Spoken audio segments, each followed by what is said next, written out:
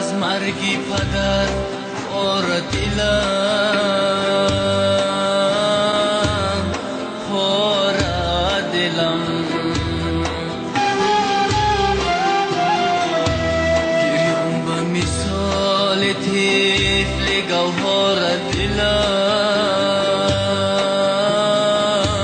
گوهر دلم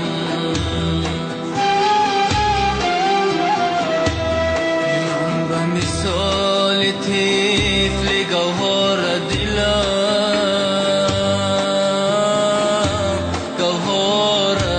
دلم فرزند پدر بعد پدر گشت حلال در کشور دور روز آوار دلم آوار دلم در کشور دور روز آوار دلم آوار دلم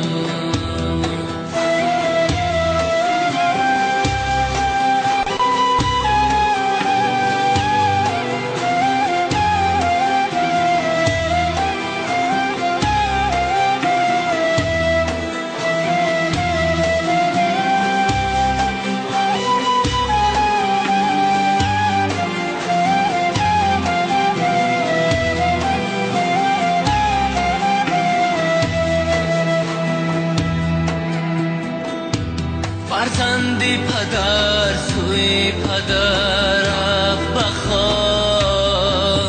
خوش داری دو ابروی پدر رفت و بخواب خوش داری دو ابروی پدر رفت و بخواب چون برفی سفیدی کو چون شیر و پنیر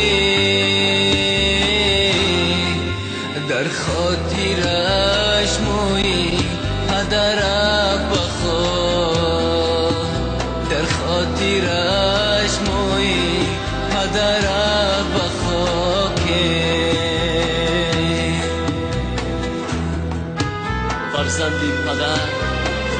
رفت و نگشت از دل خواب با جیگری پاره پاره با سینه چاق فرزندی پدر با مولی خم کرده خیش خانه نام خرید در لحظه خواب در فکری خیالی هر دویش مادری جان خونه خورد و نمه خورد کائنات خونه خورد و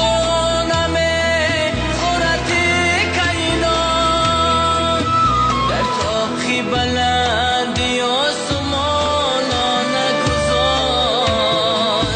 در طاقی بلندی آسمانا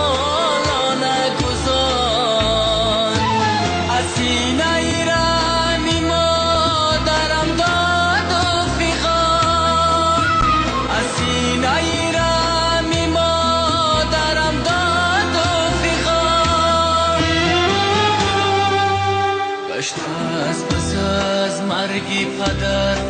اور